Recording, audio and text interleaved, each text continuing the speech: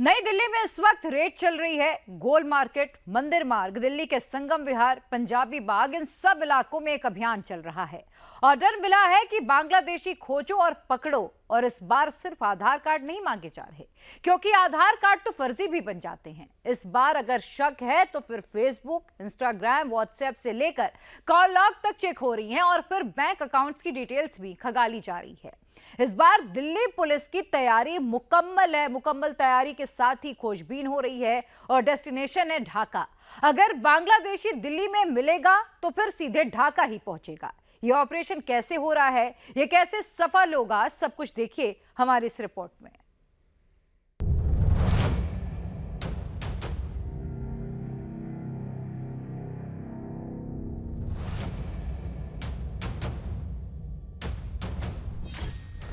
क्या भारत में रह रहे अवैध बांग्लादेशियों को भी हथकड़ियों में जकड़ना पड़ेगा?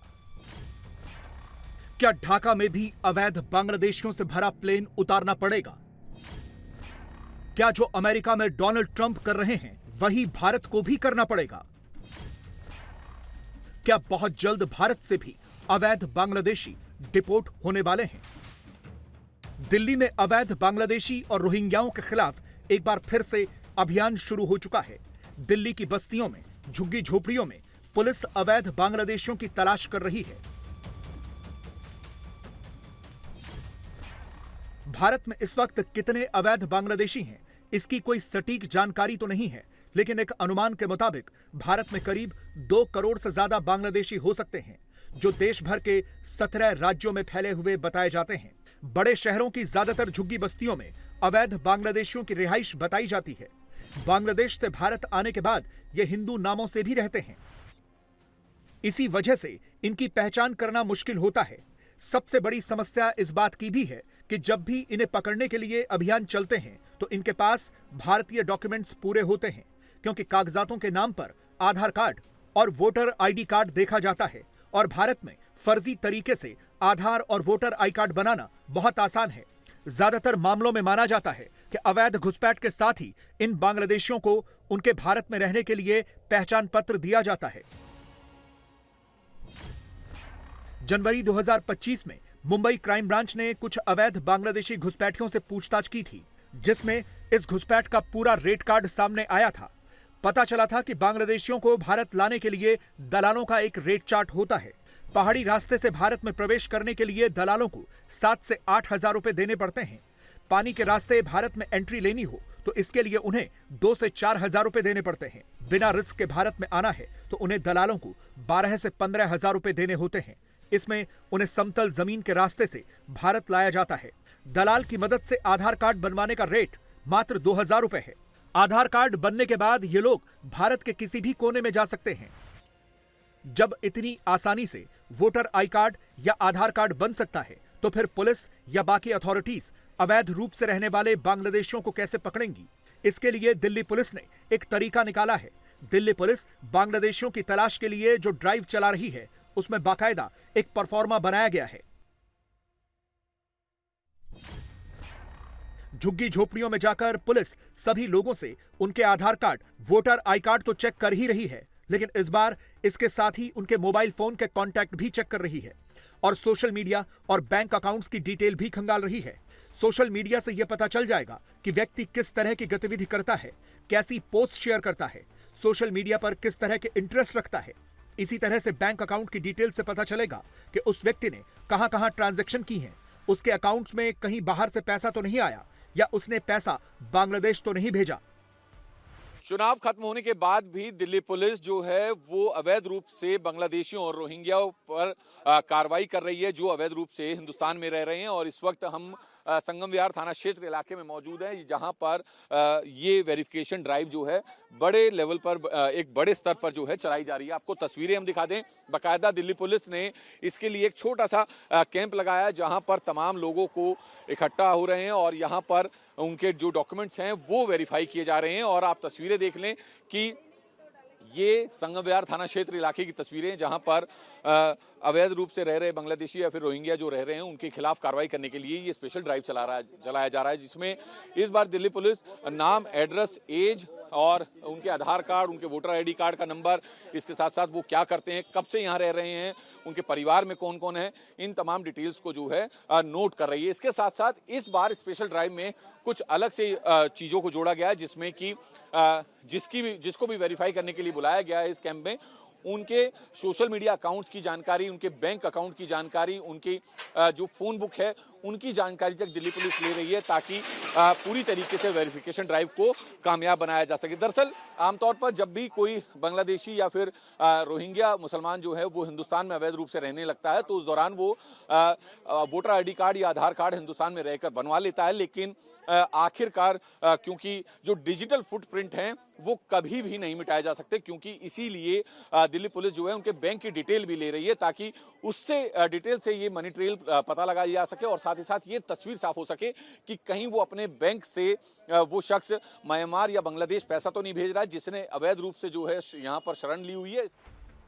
पुलिस को ऐसी ही ड्राइव चलाने से संदिग्धों को शॉर्टलिस्ट करने में मदद मिल रही है, क्योंकि व्यक्ति फर्जी आधार कार्ड और वोटर आईडी कार्ड तो बना सकता है, लेकिन वो बैंक अकाउंट की डिटेल से फर्जीवाड़ा नहीं कर सकता।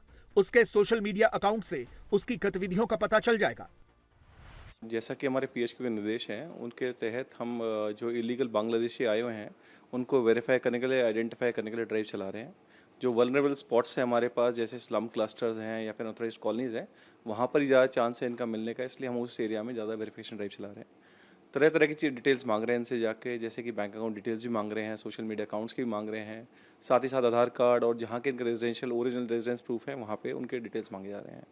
जब एक बार डेटा कोलेट हो जाएगा फिर हम इनको आउट स्टेशन में भेजेंगे, उन तहत स्टेट्स में भेजेंगे, सब स्टेट्स में जाके वेरीफाई कराएंगे कि डॉक्यूमेंट्स जेन्युइन हैं कि नहीं है, और जिनके नहीं मिलेंगे फिर उनके खिलाफ एक्शन लिया जाएगा। सर, आमतौर पर देखा जाता है, इससे पहले भी वेरिफिकेशन ड्राइव कई हुए हैं जिसमें नाम, Aadhaar number, PAN number, voter ID card number वगैरह लिया जाता है और उसको वेरीफाई कराया जाता है। इस बार के ड्राइव में देखा जा रहा है सोशल मीडिया अकाउंट्स की डिटेल ली जा रही है, बैंक अकाउंट्स की डिटेल ली जा रही है, वो किन कारणों से?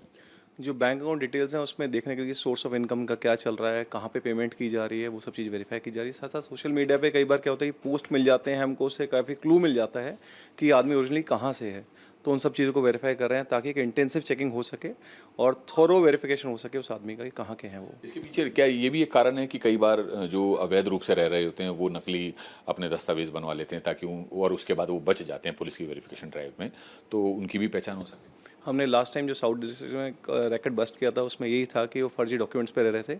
इसी चीज़ की देखते हुए हमने एक इंटेंसिव वेरिफिकेशन ड्राइव दोबारा स्टार्ट करी है। साउथ दिल्ली में पुलिस ने चुनावों से पहले भी ऐसी ही ड्राइव चलाई थी, जिसमें 1500 लोगों का वेरिफिकेशन किया गया था। इस दूसरे चरण में पुलिस ने अब तक 100 लोगों का वेरिफिकेशन किया है। पहले 15 लोग डिपोर्ट और अरेस्ट हुए थे और जिन 6 लोगों ने मदद की थी वो भी गिरफ्तार किए गए थे। इस बार दूसरे चरण में पंजाबी बाग एरिया में 2 बांग्लादेशी नागरिक गिरफ्तार हुए हैं। इन दोनों की वीजा की मियाद खत्म हो गई थी और वो गैर कानूनी रूप से रह रहे थे। दिल्ली के संगम विहार में जिस इलाके में इन अवैध बांग्लादेशियों की तलाश में दिल्ली पुलिस का यह अभियान चल रहा है, वहां ज्यादातर लोग कबाड़ी का काम करते हैं और इनमें बहुत से हिंदू परिवार भी हैं। कुछ लोग यूपी के भी हैं और ज्यादातर खुद को पश्चिम बंगाल का बता रहे हैं। आपका क्या नाम है? मुस्लिमा बीबी। मुस्लिमा बीबी। हाँ। कहाँ की रहने वाली हैं आप? हम कोलकाता। कलकत्ता के रहने वाले हैं। तो आपसे दिल्ली पुलिस ने क्या कुछ डिटेल मांगी है? ये मांगना है आधार अच्छा, कार्ड। वो दिखाइए अपना, क्या मांगा है? ये आधार कार्ड वगैरह। हाँ, आधार कार्ड अच्छा, वगैरह। तो ये बताइए कि यहाँ कब से रह रहे हैं यहाँ पे? 10 साल हो गए, 10-11 साल। हाँ। तो पश्चिम बंगाल में कहाँ की रहने वाली हैं? कृष्णनगर, कृष्णनगर, थाना कोतवाली, जिला नदिया, पोस्ट जीत के बता।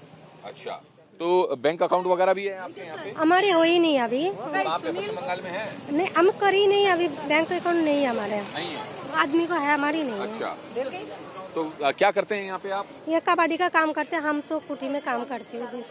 क्या नाम है आपका? आमिनुर मंडल। आमिर रहने वाले हैं? कोलकाता। कलकत्ता के। तो यहाँ पे कब से रह रहे हैं? 15 साल हो गया। 15 साल हो गए। तो डॉक्यूमेंट वगैरह क्या मांगे हैं दिल्ली पुलिस ने? आधार कार्ड, हाँ। वोटर छवि सब मांग रहा है। बैंक का? हाँ, बैंक अकाउंट भी मांग रहा है। हाँ, तो सब कुछ है आप? हाँ, सब कुछ है। क्या करते हैं यहाँ पे? कबाड़ी के काम करते हैं। पुलिस की कोशिश है कि इससे पहले कि ये बांग्लादेशी फिर से वापस भारतीय नागरिक बन जाएं, अपने फर्जी और अवैध आईडी कार्ड्स बनवा लें, इन्हें गिरफ्तार करके डिटेंशन सेंटर में भिजवा दो या फिर इन्हें वापस बांग्लादेश डिपोर्ट कर दो। लेकिन अब पुलिस के सामने चुनौती यह है कि वो कैसे पता लगाए कि ये लोग जो दस्तावेज दे रहे हैं वो सही हैं या नहीं। जो खुद को पश्चिम बंगाल का बता रहे हैं, कहीं वो बांग्लादेश के तो नहीं है। तो फिर पुलिस इन्हें किस आधार पर डिपोर्ट करेगी? जब भी पुलिस किसी बांग्लादेशी को संदेह के आधार पर पकड़ती है तो सबसे पहले उसके दस्तावेजों की जांच होती है। अगर वो अवैध तौर पर भारत में रह रहा होता है तो उसका बांग्लादेश का पता निकाला जाता है। जब बांग्लादेश के पते की पुष्टि होती है और यह साफ हो जाता है कि यह व्यक्ति बांग्लादेश का रहने वाला है तो उसे FRRO यानी कि फॉरेनर्स रीजनल रजिस्ट्रेशन ऑफिस के हवाले कर दिया जाता है। यहां पर इन्हें IB के अंडर डिटेंशन सेंटर में रहना होता है और फिर इन्हें ट्रेन में बैठाकर बांग्लादेश डिपोर्ट कर दिया जाता है। ऐसा लगता है कि दिल्ली पुलिस ने अब अवैध बांग्लादेशी घुसपैठियों के खिलाफ पूरा अभियान ही छेड़ दिया है।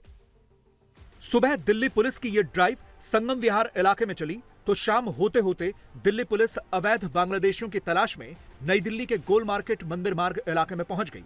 दिल्ली पुलिस ने यहां रहने वाले लोगों से पूछताछ की, उनकी जानकारियां निकाली, उनके ID कार्ड्स की जांच की। यहाँ पे आपकी फैमिली में कितने सदस्य हैं?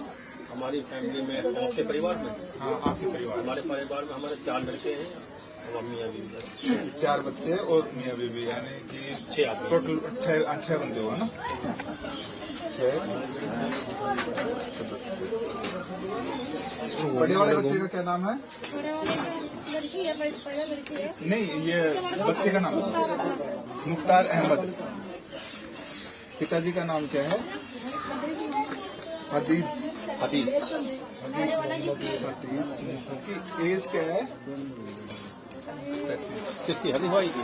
66 साल की। जब बच्चे की ये जो मुख्तार है ना, आपने मुख्तार एक की 35 साल होगी। 35 है ना?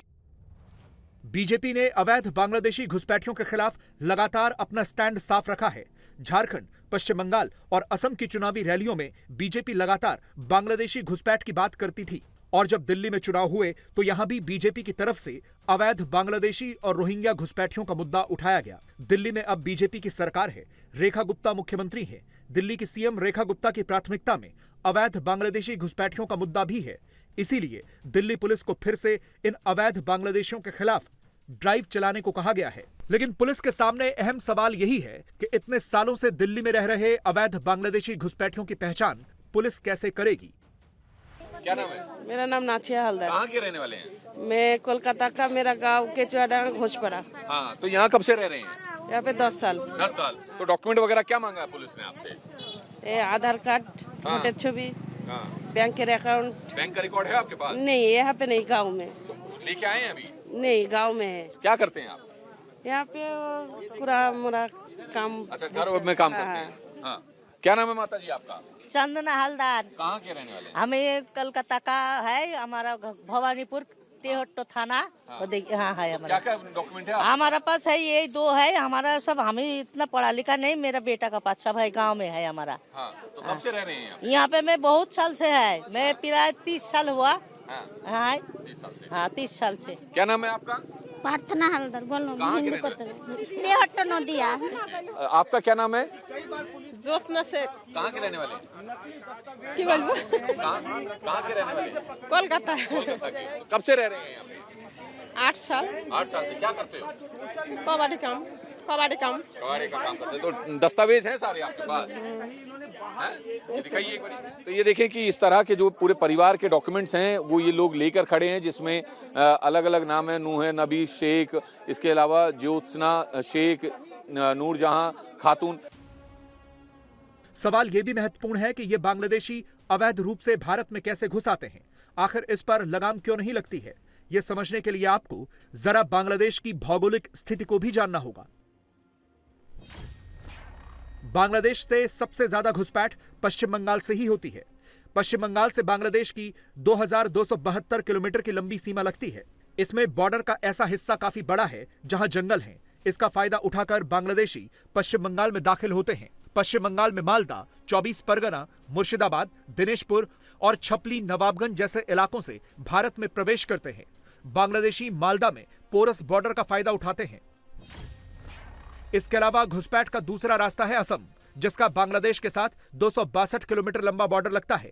तीसरी घुसपैठ होती है मेघालय से लगी सीमा से, जिसका भारत से 443 किलोमीटर का बॉर्डर है। इसके अलावा त्रिपुरा का भी बांग्लादेश से 856 किलोमीटर का बॉर्डर लगता है, यहां से भी घुसपैठ होती है। मिजोरम का 318 किलोमीटर का बॉर्डर भी बांग्लादेश से लगा हुआ है और यह भी घुसपैठ का रूट है। बांग्लादेश से शेख हसीना के तख्ता पलट के बाद पूरा मुल्क गृह युद्ध की चपेट में है। लगातार हिंसा हो रही है, शांति है ही नहीं। मोहम्मद यूनुस सरकार नहीं चला पा रहे, हिंदुओं पर भी जुल्म हो रहा है। शेख हसीना की पार्टी से जुड़े लोगों को टॉर्चर किया जा रहा है। नए चुनाव हो नहीं रहे।